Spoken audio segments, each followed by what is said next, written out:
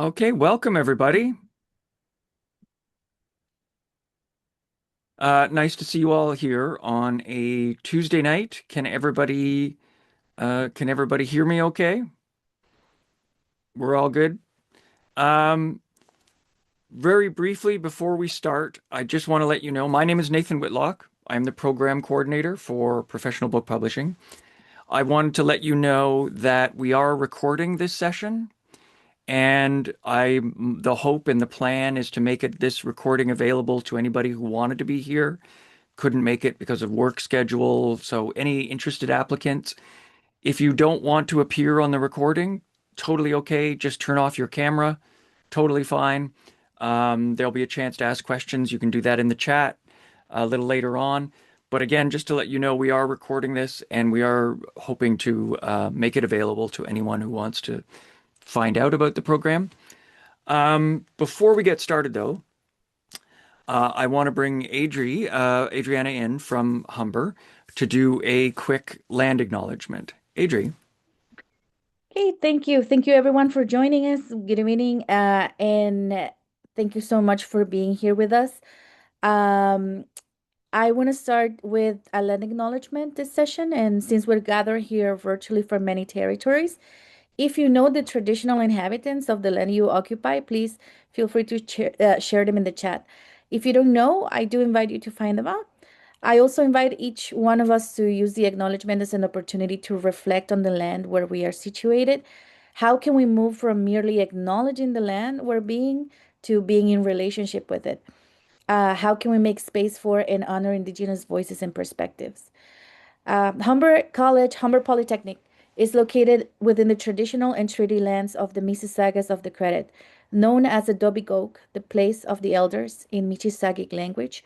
The region is uniquely situated along Humber River watershed, which historically provided an integral connection for Anishinaabe, Haudenosaunee, and Wyandot peoples between the Ontario Lakeshore and the Lake Simcoe Georgian Bay regions.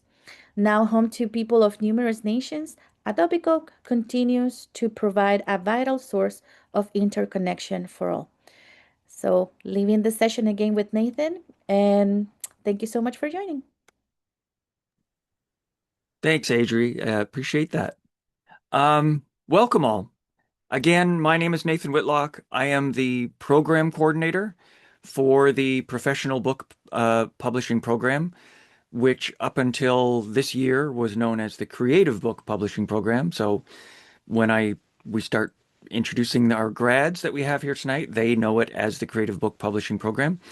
But it has become the professional book publishing program for reasons I won't get into, but that is the name. Um, I'm the program coordinator. I also teach in the program. I teach the acquisitions course, which is the first course you do in the program. It's literally the first thing you'll do on Monday morning in May. I also oversee a thing called the Enterprise Project, which I will talk about in a little bit, what that involves. I can say right now that it is basically the capstone project for the entire program. It's what all of the courses you will be doing in the program are leading to.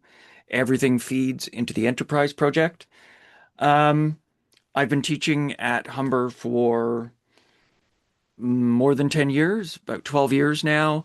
I became the program coordinator for this program in 2020, in fact, in January 2020, which, if you know your dates, if you know your recent history, is the worst time to take over a brand new program that starts in the summer of 2020. I took this program over, started getting it ready, started customizing myself to the ins and outs of this program, and then things happened in March of 2020, and I was told, "Oh, your program that is starting at the beginning of May, that's now online. We're not doing this in person, so flip it. This program you've never taught before, never run before." We did it. We got through it. It was fine. Um, what we discovered, though, after doing it for a couple of years, always with the idea that, of course, we're going to go back in person. Of course, we're going to get back to the Lakeshore campus at Humber and in Etobicoke or Toronto. We discovered that it actually works online. It actually works better online in certain ways. I mean, it's nice to see people. It's nice to be in classes. It's nice to be in person. But what it means is that you can be part of this program from wherever you are. You don't have to be in Toronto. You don't have to even be in Ontario. We often have students who are joining from Montreal, from Winnipeg. We've had students who are joining from Vancouver. We one time had a student briefly was joining from Tokyo, but that was a little too hard. That was a little too much of a time difference to make work for an online course where there, even for an online course where there was, that amount of time difference was rough. And unfortunately, they said I just can't do it. I can't be doing classes at 2 in the morning. Um, but we have found it really works. And even though, and I'm going to say this repeatedly, and I know that the grads I have here, my these brilliant two grads that we have visiting, are going to echo this. Even though it is very intense, it is an accelerated program. You essentially do 2 semesters worth of work in one semester. It's a lot of work, even though it's very intense. Being online means you have lots of work to do. You do live sessions every day with teachers. You're meeting with your groups. You're working with a partner. You're working in small groups, designing catalogs, designing books, dreaming up book ideas. But then when it's done, you just close the session, turn it off, and you are home. You can go for a walk. You can walk your dog. You can walk your cat. If we were in person, you would be still at the Lakeshore campus and you would have the experience of getting on the TTC and traveling probably for a few hours to get wherever you need to go. Um, that's all just as introductory for why the program is online, why I think it still works online, even though we're no longer in COVID, why are one of the few programs that made the choice to remain online. Um, I want to talk a little bit about the program in general, what it is, what we do in the program, the kind of stuff that you can expect to do, the kind of schedule that we have, what a day looks like at professional book publishing. And then I'm going to bring in our two grads, Sarah and Vanessa, and we'll talk to them a little bit. And then I'm going to give everybody else a chance to ask questions of myself, of Sarah, of Vanessa. And I have not told Sarah or Vanessa to lie. Just to be clear, they have lots of integrity and they're very honest people. I have not told them to lie on my behalf. Obviously, they like the program. If they are here, they are working in publishing, so they are very successful graduates of this program. But they are not here to sugarcoat, and they're not here to hide the fact that it is a lot of work. It's very intense. It's a lot. It's a very busy summer. So first, though, I want to just talk a little bit in general about the program. And I'm going to just share these slides. There, is that visible? Perfect. So I just want to give you a really quick kind of overview of the program, what professional book publishing is in a nutshell. Um, Essentially, it is an online program. It's fully online. It prepares you to start a new career in book publishing or a related creative industry. We often have people go to work for literacy organizations, library organizations, other creative businesses that work with rights and design and marketing and there's some overlap. Specifically, it's for book publishing, though. The whole program runs for 15 weeks. It starts the second week of May this year and runs to, I think, the third week of August. And it's nonstop. There's no reading week in this program. We have a special dispensation from Humber because it's 2 semesters worth of work in one semester. We don't have a reading week, but we do have gaps. There are breaks. There are times when you're not always in class. Sometimes it might feel like that, especially in the first half of the program. But as you get through to the second half of the program, it opens up a little more. So there is time. Um, so yeah, we start on a Monday, second week of May, and we run to about the third week of August to a Friday. And I am often asked, I was actually visiting a class in Carleton, if anybody's here from that class. Um, I think I said it there as well. But I'm often asked what the difference between this program is and one of the book publishing programs at TMU or Centennial. Um, and I know people from those programs. I'm friends with people in those programs. We share some faculty. So I have nothing negative to say about those programs at all. What I will say is that the pressure of getting it all done in one semester, in one quick 15-week semester, means that my focus is always on making sure that everything you learn in this program is practical. It's what you need to walk into a new job and to understand the landscape of that job so that you don't have to be trained to what does a designer do? Why do we have these schedules? What's an acquiring editor doing? What do you mean they're commissioning books? Don't writers just write books? You understand the landscape. You understand sales channels. You understand marketing strategies. You understand what everyone else in your organization is doing, no matter what job you're working in, whether you're in design or production or sales or publicity, marketing, editorial. You understand what everybody else is doing in your organization. You can't necessarily replace them in week one.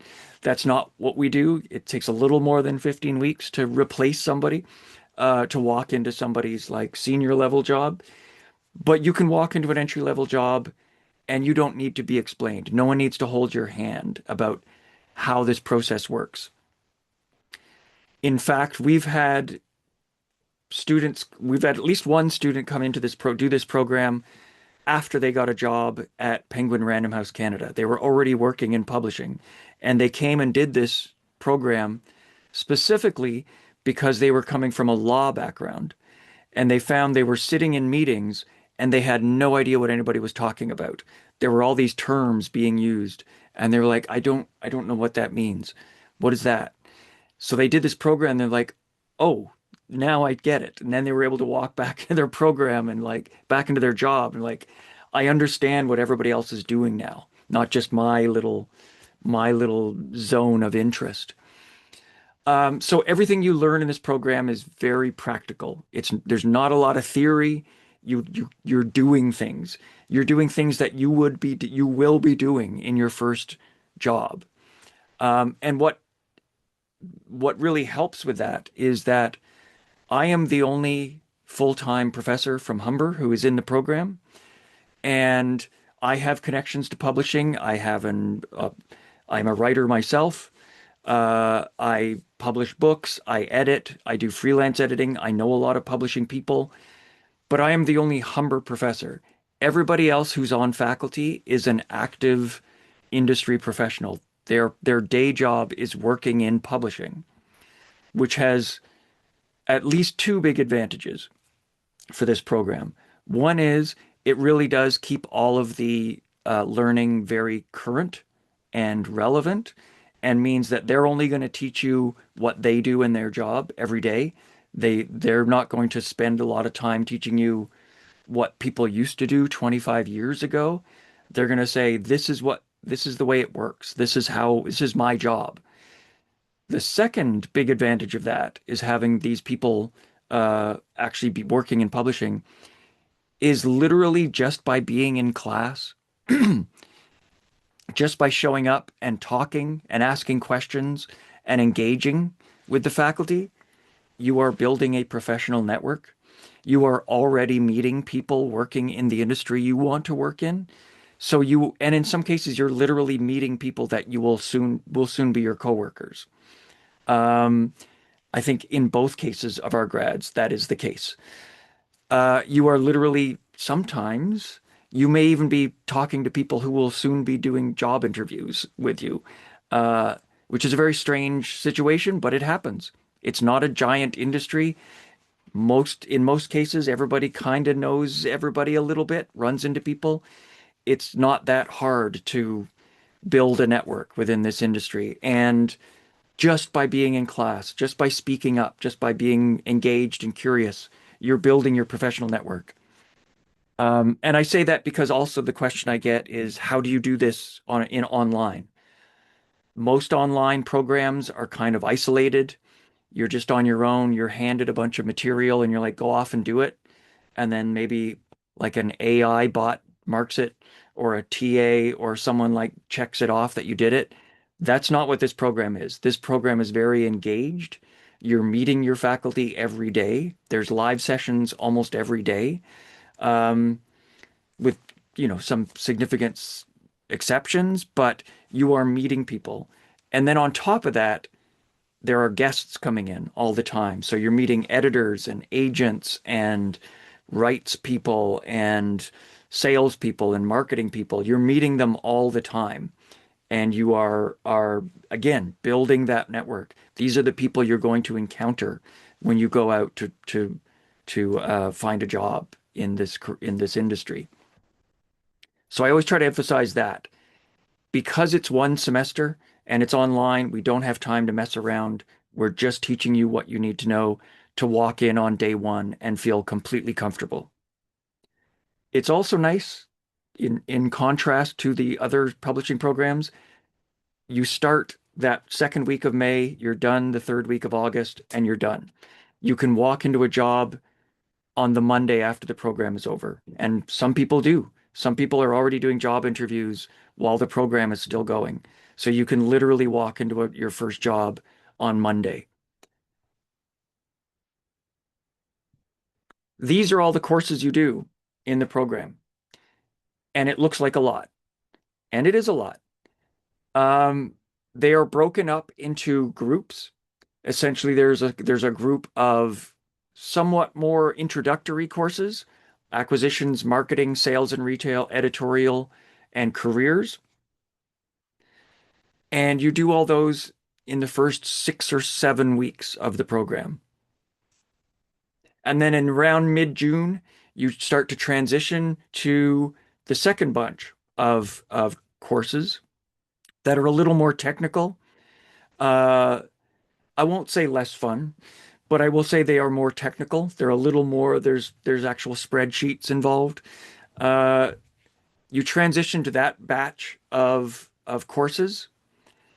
And while you're doing that, you're starting this thing called Enterprise, which is those last two courses. You're put in a group at the start of May, or start of June, I should say. And every course in this entire program, aside from, I believe, careers in publishing, every other course, the big assignment you do that in that course feeds into Enterprise. It is called a part of an enterprise project, so that you're already working on this capstone project throughout this whole program. And then at the end, that's your project. And I'll talk about it a little more in a sec. But that's what your summer looks like. That's why it's so intense. You have to cover a lot of ground in a short amount of time. Um, and there's always something to do. The asterisk, by the way, beside Enterprise Individual is there because that's the one course that is 100% asynchronous. There's no live classes, there's no meeting with anybody. It's it's all about progress reports. You're doing reflections and progress reports. It's just you letting me know how your experience is going in this capstone project. It's also where you get to throw some of your group members under the bus if you feel like it, but I don't necessarily recommend that. The faculty, I'll introduce them very quickly. Here they are. This is the faculty that we have for 2026. We have Shannon Wibbs, who has tons of experience as an editor, very active as an editor with a number of organizations. She actually weirdly copy edited my most recent novel. Didn't realize she was going to be doing that when she said yes to it. Didn't realize it was me. She teaches everything about editing, and she's a brilliant editor and a really good teacher. And you come out of that course knowing every level of editing. Eamon Sedain from ECW Press. is our publishing finance professor. Ricky Lima from House of Anansi teaches production and design. Lee Nash teaches careers in publishing. I should say Eamon Sedain is at ACW Press. Ricky Lima's House of Anansi. Lee Nash is actually the publisher at Assembly Press and is the former publisher at House of Anansi. Cara Savoy is a director of marketing at Penguin Random House Canada and also teaches the marketing course. She actually also helps me with the enterprise course, so she's also there right to the end. Jen Hubbs works at Scholastic Canada, where you do the Scholastic book fairs. She teaches sales and retail. Nicole Lamb is at House of Anansi and teaches publishing technology. And Parisa Michaelidis works at Firefly Books and teaches rights and contracts. So everything to do with how contracts work, but also how books get turned into movies, get turned into podcasts, how they get translated into German and sold in Germany, or French and sold in France. So you learn all about that. And then there's me. I teach acquisitions and I oversee the enterprise course. I put a picture of my dog there because I adore my dog, and also you get to see enough of me anyway. When we bring Sarah and Vanessa in, I will note that like they have seen this bookshelf behind me more than enough. They have all these books memorized probably. This is what a typical week looks like, especially in the first part of the course. This is actually the first week in May 2026. This is the first week of the program. So you can already see it's full time. There are classes running every day, and most weekdays, Monday to Thursday, there are actually two classes, a morning class and an afternoon class. And then Friday, it's an all day class, but it's broken in two. There's a lunch break. Now, maybe this is a little triggering to our grads to see this schedule, but it's not like you are signing into Zoom at 9 in the morning and then signing out at 5 in the afternoon. There is absolutely no earthly way I would make anyone do 8 hours of online calls. That would be cruel and unusual punishment. In the first years of the program, when we were under lockdown, the classes were quite long because nobody had anywhere else to go. It was also social time.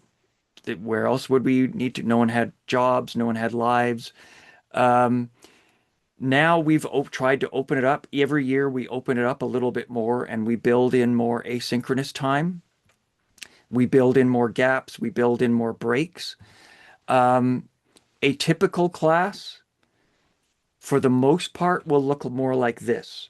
So if it's running from 9 to 12:30, the first chunk of it, first half hour, will be to just sort of consume some materials that the professor has posted on Blackboard, which is our learning platform, online learning platform. So that might be a podcast, that might be an article, a couple of publishing people being interviewed on YouTube or something. Just some stuff to kind of get you into the subject that we're going to talk about. And then we have a live discussion that can last an hour, 90 minutes. We try to cap it at 90 minutes. Sometimes it doesn't always work because we've really got a lot of ground to cover. There's a lot of questions, but we try to cap it at somewhere between 60 and 90, especially now in 2026, so that you're, again, not sitting on calls all day. So we have that live discussion where we talk about things. And then for the last hour and a half of that class, you're free, you're sent away to do a quiz, work through some materials, start on an assignment. Maybe you need to work with a partner on an assignment, so that's your chance to get that done. One thing we really try to do, and I emphasize with all of my faculty, is that we try to give enough time in class to get things done as much as possible. Because I really don't want people working at like midnight, working over the weekend. I really try to like give enough of those gaps in the day so that people can get assignments done, get work done, meet with groups, whatever they need to do. Because I really don't like when I hear people are like, I was up till 1 in the morning working on this spreadsheet or tweaking the designs for my books or something. I feel like there's time in class to do it. So that's what a typical class looks like, especially in the first 2/3 of the course, and then it really opens up. And the reason it opens up is because you get into this project called Enterprise, which I have been teasing. What Enterprise is you in your group of about 5 people, you will collectively build a small independent publisher from the ground up, from scratch. There's a certain template you're given.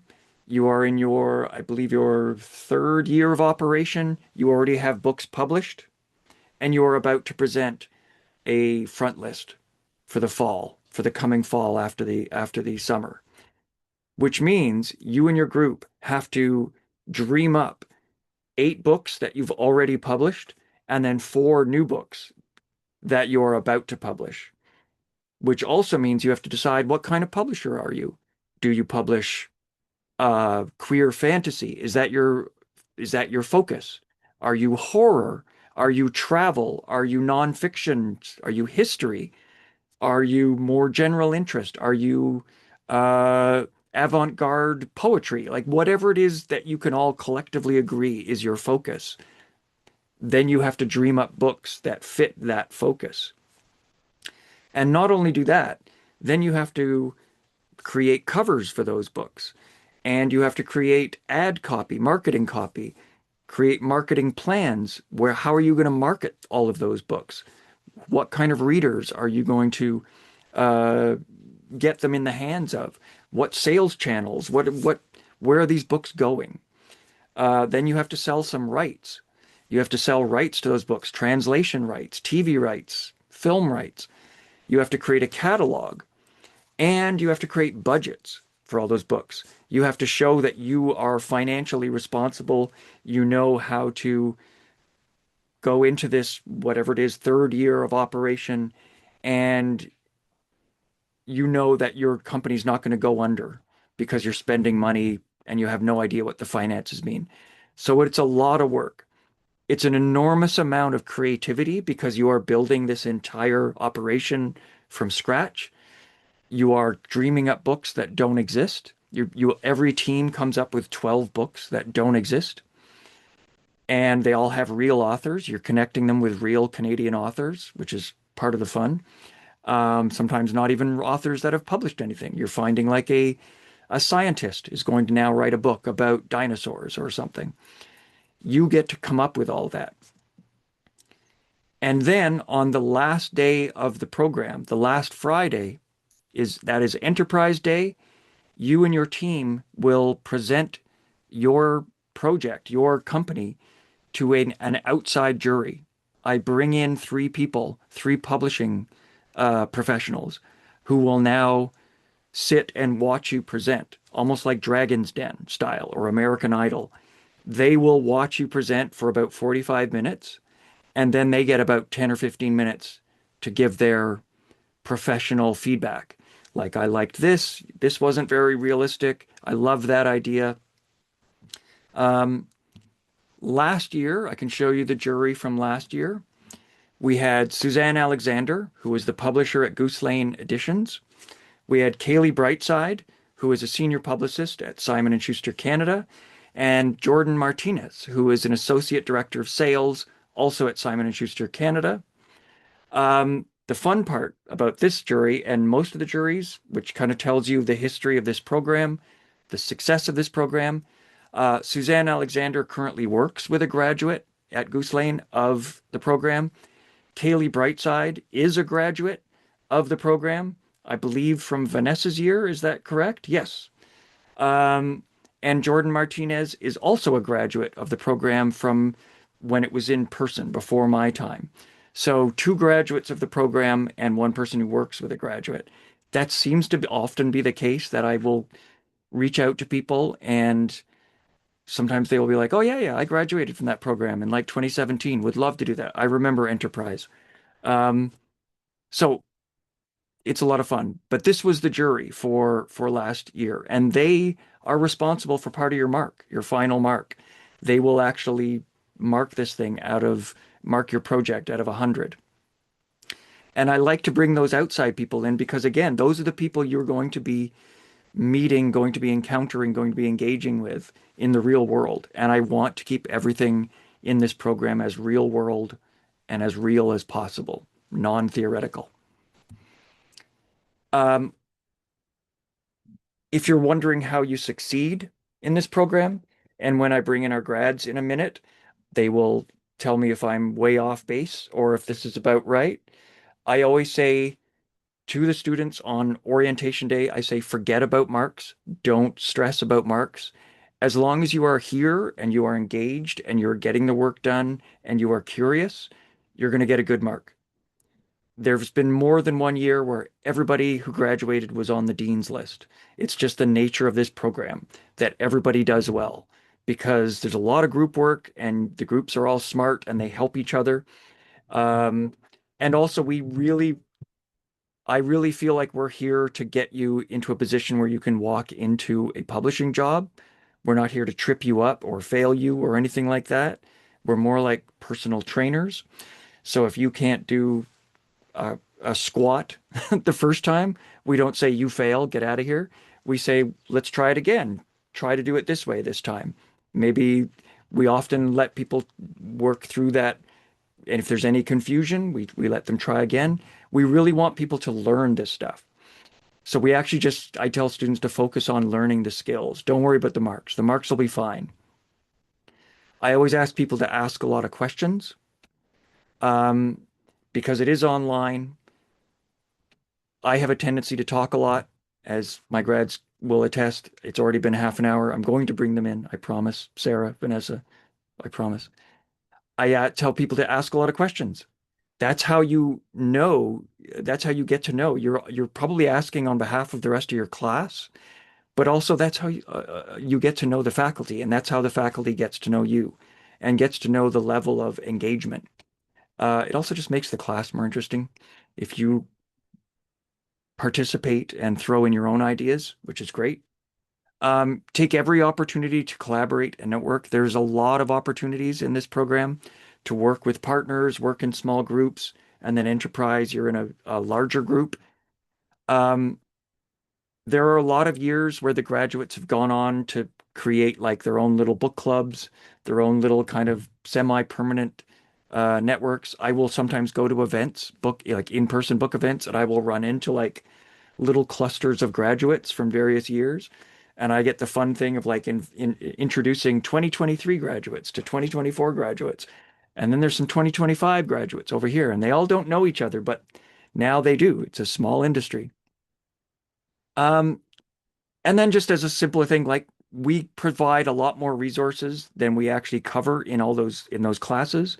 There's not time to cover everything. And I just tell people if someone has given you 6 stories from Quill and Quire to look at, and we only cover one, look at the other 5 because it builds your understanding of the industry.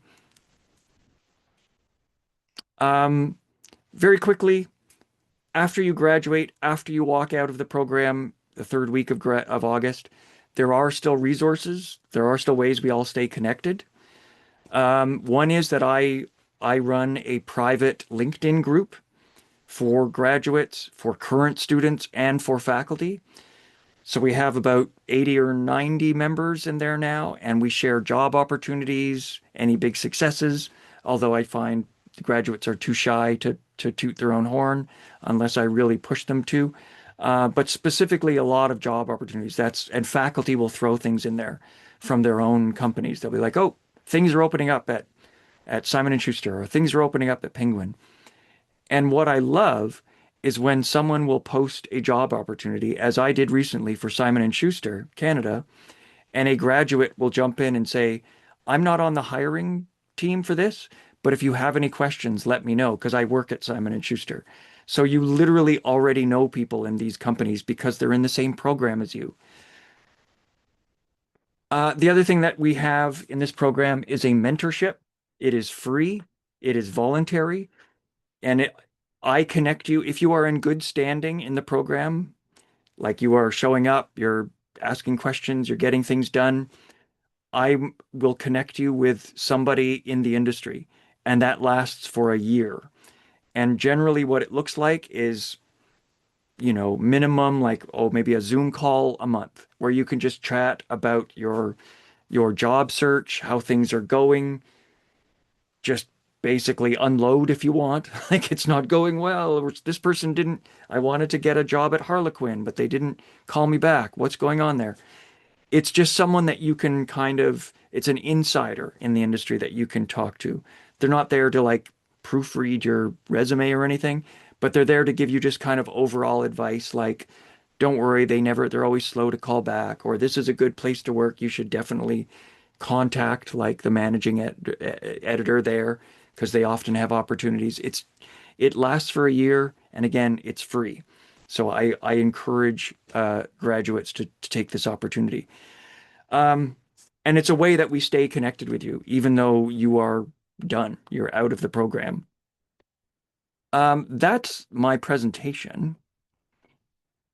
I want to very quickly, even though I have spoken for way too long, I want to bring in our graduates very quickly and introduce them to you and get them to talk a little bit about their experience in the program and where they're at now, and then give you the chance, you being all of you who have joined us, give you the chance to ask them questions about the program or me, and you can put those questions in the chat in a moment. Um, Going by alphabetical order, I will bring Vanessa in first. Vanessa, how are you? I'm good. How are you? I'm doing very well. Vanessa is a graduate from 2021, same year as Kaylee Brightside, Yeah, and currently a graphic designer at Kids Can Press. Vanessa, I have a question for you. sure. Well, it's a two-part question. Okay. What initially brought you to the program? hmm And then what are some things that your impressions that your memories of being in the program? What's the thing you think of?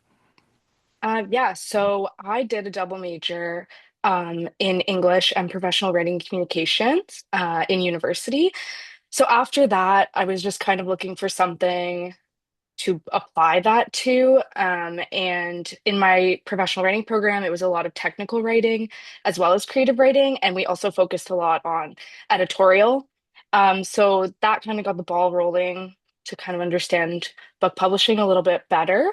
Um, and so, yeah, so I found the program and um, it was just like my impression of the program is that is what you were saying. It's very practical, very different from a university setting, obviously. And so I really enjoyed that. But also, I guess because when I was in my university program, editorial was the only thing I kind of knew about publishing. And I didn't know what other lanes I could go into. So the Humber program, and if I say creative book publishing, it's just because I'm used to it. Yeah, so the CBP program, it kind of opened my eyes to so many other avenues. In university, I really had an interest in technical writing, which included data. And so when the finance course, we were doing the finance course, that was really interesting to me just because it's from a different perspective. It's an operations perspective. And so originally going into the program, I was really into editorial and potentially like marketing, because those were kind of the only things I understood. And then that's when I discovered operations. And then I discovered design and ebooks and tech.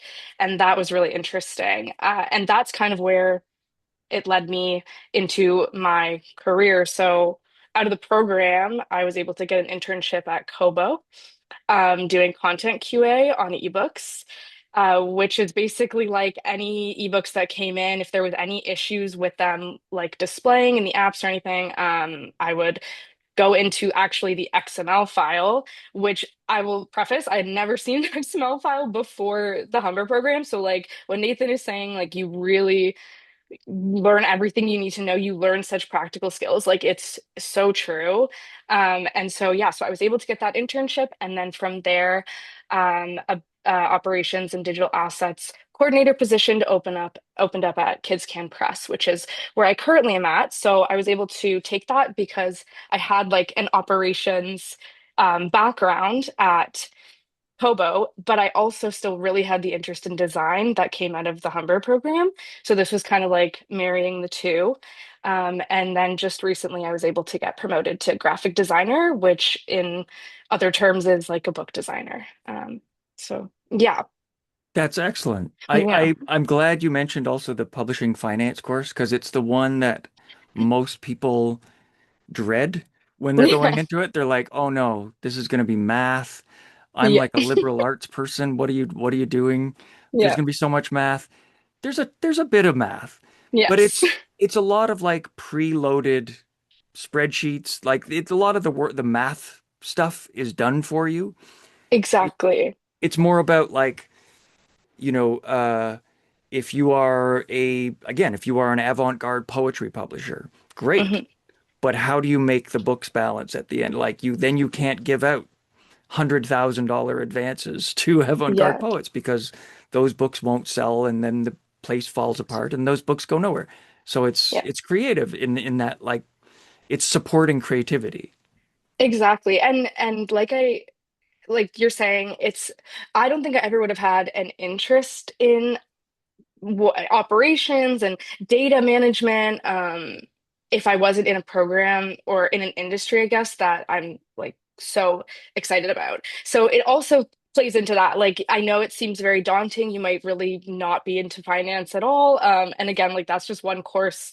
So like there's so many different avenues you could go into, but it is really interesting to get to experience it and see if it's something that because it's applied to something that you're passionate about, it might be actually something that you're very interested in down the road. Yeah. And I Mhm. wanted to also, yeah, thank you for mentioning that too, because I think it's certainly my experience that 90%, if not 99% of the people who enter the program are thinking editor, editor. I'm going to be Mhm. an acquiring editor. I'm going to work with authors. I'm going to sit in a big comfy chair and look through manuscripts and then they realize like, oh, there is this whole vast world of publishing that's not editorial. That's just over here. Um, Exactly. yeah. In fact, I always like to pass on the quote from Alana Wilcox, who's the publisher at Coach House Books, who once told me Mhm.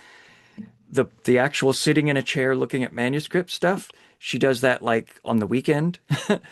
The rest of Yeah, the week, it's all like work, making budgets, working through things, administrative stuff. It's not like chair and a tea, you know? exactly. Yeah. Exactly. Before we go to Sarah, I just wanted to say, Vanessa, also the other Yes. thing I like to toot my horn or the program's horn about is that this program has been running for 20 years. So its graduates are everywhere. We have Yeah. infected the industry. And you are working alongside another graduate, Dylan Earl, who is Yes. at Kids Yes. Can Press. Exactly. I was actually going to say to your second part of the question, also my favorite part of this program is that it is so connected.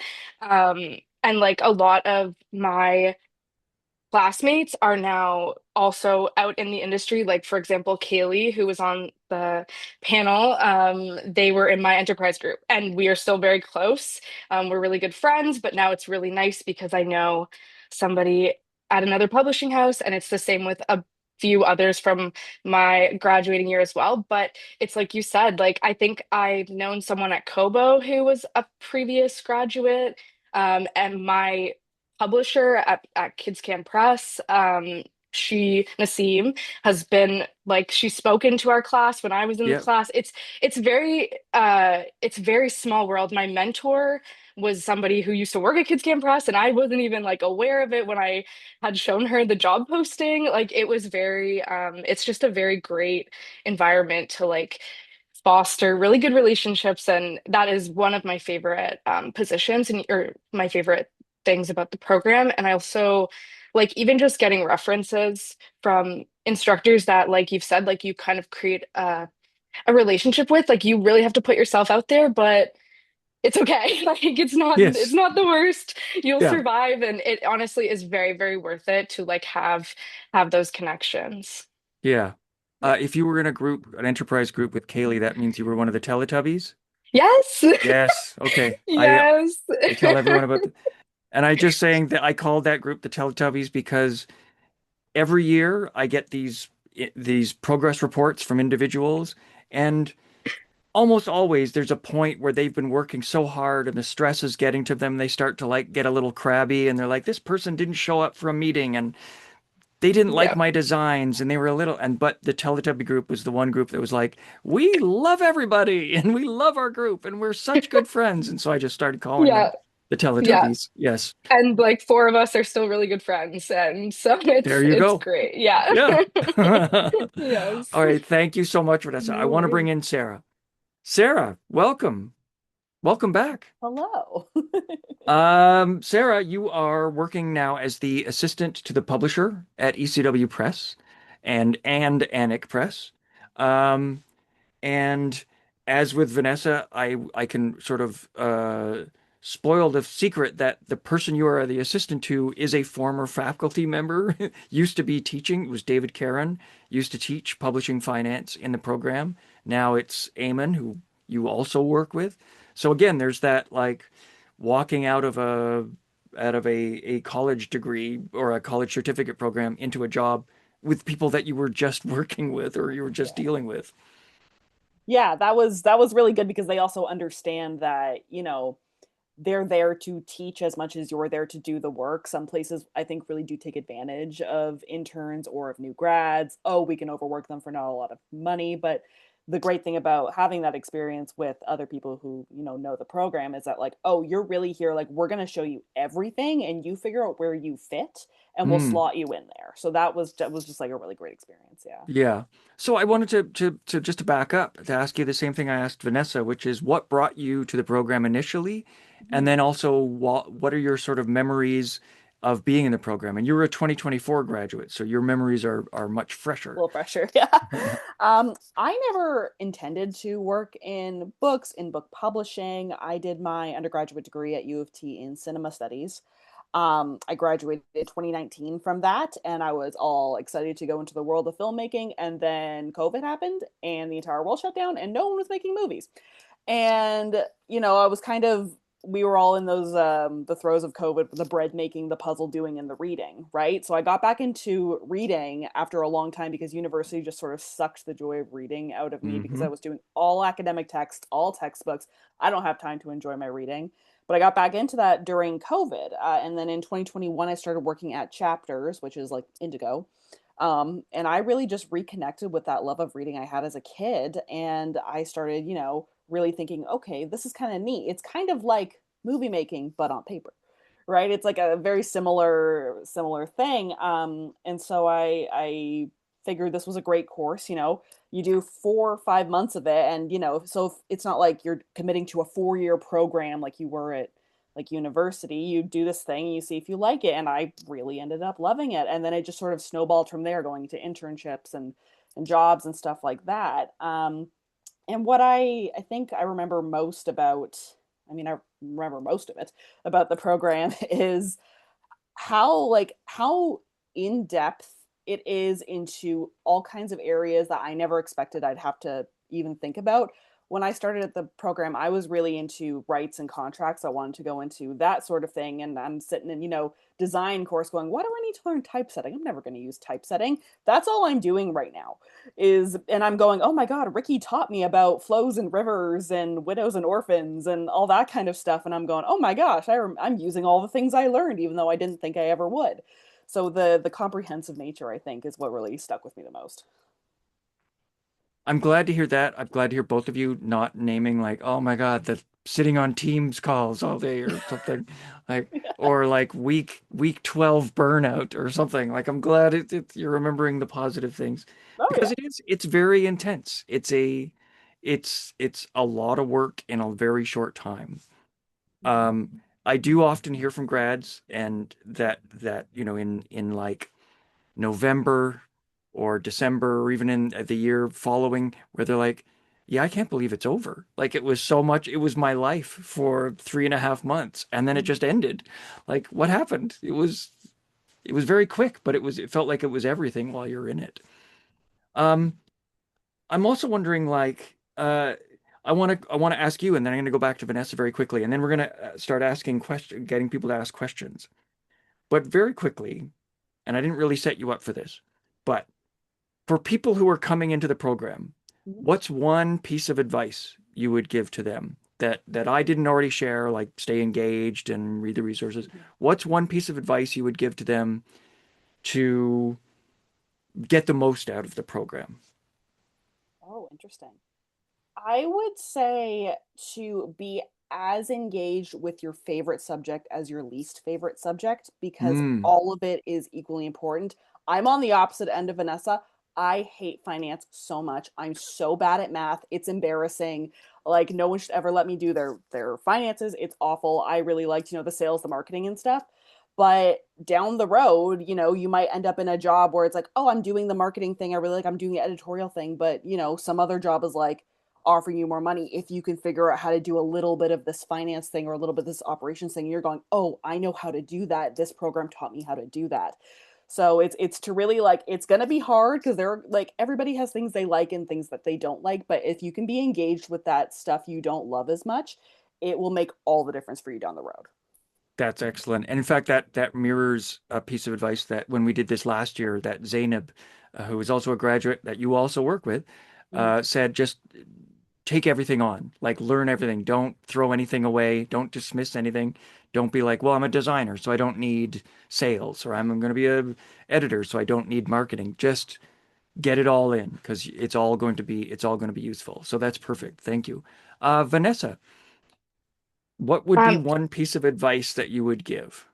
yeah, I'd like to echo that. Um, Say I never knew what Onyx was, and then I found myself working in Onyx and like loving it. And that's something that I feel like all of our instructors even like dreaded talking about. But yeah, just to go off of that, I would say like focus on the skills more than the grades, which Nathan, you've already kind of said. But I do believe that's true. And I feel like I saw a lot of my classmates like kind of hold themselves back a bit because they were so focused on getting like a perfect grade and not necessarily taking in the skill. And so, kind of to what Sarah was saying, like just go into everything and really try to get as much knowledge out of it, out of all the activities, even if you don't think like you're very good at it, like I think just take it as the experience and try and get as much knowledge so that when you do go out into the world, you kind of have these little like tidbits that you can just like throw into an interview or like if you see a job posting that maybe has something that you like something kind of piques your interest like about that like use that to your advantage I think because grades at the end of the day don't matter like yeah. Nobody ever asks your grades after you Yeah. graduate. It's not a thing. They really want to know that you are curious, that you're engaged, you have some skills, you're good to work with. Like Yeah. all of that counts for more than like, oh, you got a 95, great. Yeah. It's no one cares. No one cares at all. Um, all right, so I want to in the time we just have a few minutes left, and I apologize, but um, I wanted to say thank you, Sarah, and thank you, Vanessa, for being here. But I want to open it up that people who have questions, specific questions about the program, about how it works, scheduling, workload, whatever is your main concern, if you can put it in the chat, and either to me or to the graduates or to all three of us. Um, in the meantime, I'll also share another piece of advice that was given by Vanessa's colleague Dylan last year, because Dylan was my one of my grads last year, and his advice was treat the program like an internship, like you are committed for the summer. Don't treat it like, well, I'll catch up on the weekend, or I'll kind of like I'll watch the recordings later, or I'll just see how things go.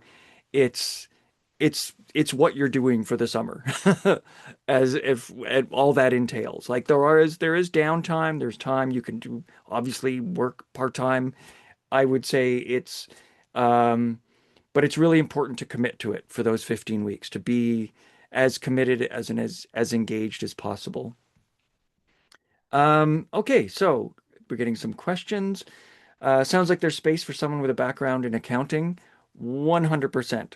you would be very welcome. There are publishing companies that will be like, please send us more people with backgrounds in accounting. Um, we had we always love getting like people with English degrees. That is the vast majority of the people coming into the program. But for that very specific reason, if you are coming from a business degree or a law degree or an accounting degree, you are that beautiful rare unicorn, beautiful bird whose plumage will shine all the more bright, and they will be like, "Yes, you're gonna love this." So even though you have a slightly different background, yeah, it will be a huge strength. Um, yes, and Sarah, yes, there's a lot of need for accounting. Again, Alana Wilcox, publisher, says she spends more time during the week with spreadsheets than she does with beautiful manuscripts from her authors. Typical class volume. That's a good question. It's something that we have had years where we have gotten a lot of applicants and we've kind of had to expand our maximum number. And there was talk one year, a few years back, of actually like going to two cohorts and running another version in the fall. My feeling was always to keep it limited to one semester, one group of about maximum 35, specifically because I never want to be in a position where we are graduating gobs and gobs of people into an industry that can't necessarily absorb it. 35 is about the maximum in terms of like uh, sending people out into the world. It helps that we're sending people out in Ottawa and Montreal and Vancouver and Winnipeg. We're not sending everybody out into the Toronto market. But I don't ever want to have like 100 people all suddenly flood into the market every year, every fall, looking for jobs. We also lose that ability to engage and network if the groups get too big. It gets hard to kind of maintain that that intimacy. Is there anything it would be useful to familiar ourselves before the program begins? I'll throw this one to Sarah and Vanessa. If you think this, my suggestion is always like start looking at quillinquire.com. Like just start to get to know the names. There's a lot of free content. You get a subscription to Quill Inquire. You get an online subscription through the program. But there's a lot of free content. You start to see names of people in publishing. You really learn it all in the program, but that's a good place to start. Do you guys have any suggestions where you might want to prep? I would also actually go in a little bit of a different direction. I would say if you're not familiar with things like Adobe Acrobat or some of the sort of Adobe suites, just like poke around. You do not have to be an expert, but like I hadn't downloaded Adobe Acrobat before the program anyway. You will need that for certain classes. That is also, I think, the industry standard right now, which what we're using. But the more familiar you are with a lot of the sort of technological programs, the easier it will be to complete assignments and stuff. Yeah, and I would also just say like pick up books, like go to the library, see what you like, kind of familiarize yourself with like authors and different just like different content, different publishing houses even. Like you can always find the publishing house on the spine or on the back cover. Kind of poke around their websites. You can check out what like they do, like what their mandates are, and you can get a sense of how different each publishing house is, because you definitely will go into that. But it's kind of interesting to know, I guess, like where you could see yourself fitting into the industry. Yeah, that's good advice. Both of those are excellent advice. In fact, spoiler, one of the first things you do in my acquisitions course is pick one of your favorite books, and you have to track down the acquisitions editor and then also report back on what they've have also things that they've report other books that they've acquired, and then maybe what their tastes are, where their tastes lean towards. Um, you can do that now. But it starts to give you that sense of like, oh, there's this whole team of people that brought this book into existence. But really, if you are busy with whatever program you're in right now and you're like, I just need a couple weeks after I graduate in April to chill out and then walk into the program, you'll do just fine. You'll be fine. You'll catch up. We teach you everything. This is as someone does each course run for 2 months? So there's a group of courses at the start, runs for about 6 weeks, and then you transition to a second group that runs for about 6 weeks.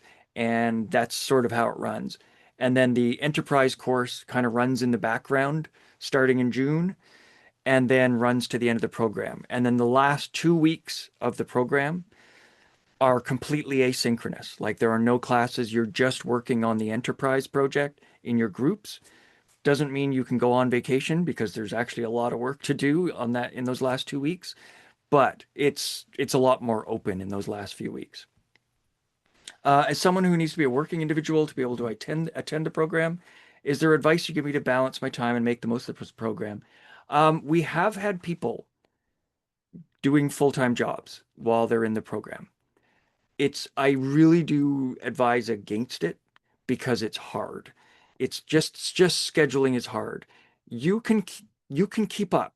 It is possible to keep up. It's going to be a lot more work. And where it really, like, you can watch the recordings of the live sessions and you can watch the discussions, you can catch up. If you need to miss a day here and there, it's not that hard to catch up. So don't worry about that. Where it will get tricky is where there's like group work or you're working with a partner or you're doing enterprise work. If you're never available to meet with your group, that's where the crabbiness starts to happen and that's where the chafing starts to happen and that's where it goes non-Teletubby and people are like, this person's never there. Um, it can put a lot of pressure on you if you're never available to meet with your group or meet with your partner. So there is a bit of flexibility required. It is a full-time program. It does require a full-time commitment. Working part-time is very easily done. You can schedule around because everything's done by 5. You can do evening jobs. Um, but we have had people work full-time. I would say it's tricky. It's tricky, but it can be done. Um, And sorry, going back, I'm just looking through the thing. How varying have the synchronous and asynchronous classroom breakdowns been from instructor to instructor? There's a little bit of variation. Some instructors like to talk a lot, like me. Um, you would even describe it as droning on and on. Um, some just are really efficient and can deliver the material and go. I have been cracking down on myself and cracking down on, not cracking down, but I've been urging the faculty more and more as we get further away from the COVID days when again no one had anything else to do to really keep it quick with the live discussions and not keep people for too long and make sure there's lots of those asynchronous breaks. And in fact, we're going to be experimenting more and more. We did it a little bit last year, experimenting more and more with the idea of I apologize for what this sounds like, but heavy days and light days, where many of the courses you have them twice a week. So you'll have Monday morning and Wednesday morning. And we might say Monday morning, that class is going to be heavy. You're going to have lots of live discussion, lots of quizzes, but maybe the Wednesday morning session, maybe there's a quick check-in, 10 minutes just to see where everyone's at, but you've got a lot of work to catch up on. There's assignments. That's more of a work period. So we try to like open up the schedule a little more than that, more like that. So we are trying to like open it more and more and more. Thank you for the session. Could you please let me know who to contact about admission documents, application deadlines? If you go to the landing page, Adri, do you mind just finding it quick and putting it in the chat? The landing page has all the registration links. You can also email me. I will put my email in the chat. I'm always happy to answer more questions if you have more questions for me. So it sounds like the spectrum is, sorry, I'm just trying to catch up on all of these. I was curious about the Humber Literary Review opportunity, what it's like. That no longer exists because unfortunately the Humber Literary Review no longer exists. It has been closed down, so we no longer have that partnership. It was also based on funding we were getting that no longer is available. So we no longer have the what was the HLR Spotlight project, which I miss, but It was all based on funding because we paid everybody who was involved with it, and we can no longer do that. The spectrum is very broad. What specific expectations are expected coming into the program? I honestly say it's a bit self-selecting, this program. If you love books and you're curious about how they get made and you want to be a part of creating books and putting books into the world in whatever capacity, designing them, selling them, publicizing them, working with authors, that's really the only requirement. It's just curiosity, love of books, willingness to learn, willingness to engage and do a lot of work and collaborate. Software licenses, there are some program costs in terms of the Adobe Creative Suite. There are free versions you can get through Humber, and there are cheaper student versions you can get through Humber, but that is one of the things you need to acquire. Some people already have their own, have access to it, but you do use those Adobe programs quite a bit, especially in the second half of the program. But there are student versions and student discounts available, and I make those clear at orientation. I think that's the end. I think I covered all of the questions, I believe. And we're only 8 minutes over, which Vanessa and Sarah will know that's pretty good for me to only be 8 minutes over a session. Again, if you have any other questions that you are either too shy to ask here or are going to occur to you at midnight tonight, you're going to wake up in a cold sweat, like, I wanted to know about the workload. Just email me. I am always very happy to answer your questions. We mentioned Kaylee Brightside. She has told a story about deciding to join this program on the Friday before the program started on a Monday, and literally emailed me, is like, is there any room? Should I join? And I was like, yes, come on in. Here's what you need to do. Here's what you need to know. And now she's a senior publicist at Simon & Schuster Canada. I am very willing to chat with you and let you know what you need coming in. But for now, I want to thank Vanessa, who is at Kids Can Press, so look out for her work, and Sarah, who is at ECW Press, so look out for her work. Thank you both for being here. I'm so happy for you both. Congratulations for where you have landed. I'm proud of you both. I get legitimate pleasure out of like going to book events and just going like graduate, graduate, graduate, graduate, my program, my program, TMU, that's fine. Centennial, that's fine. You're allowed here too, but Humber, Humber, Humber, Humber. It's very pleasing when I can see all of these people in a group together, and I know that they've all come through this program. So thank you so much for sharing your experience. Thank you, Adri, for maintaining this and getting me into Zoom because that was a bit of a problem. And everybody that joined, thank you all. I hope we see you in May. We have orientation just before the program starts where you'll have another chance to find out about the program. Please email me if you have questions. But otherwise,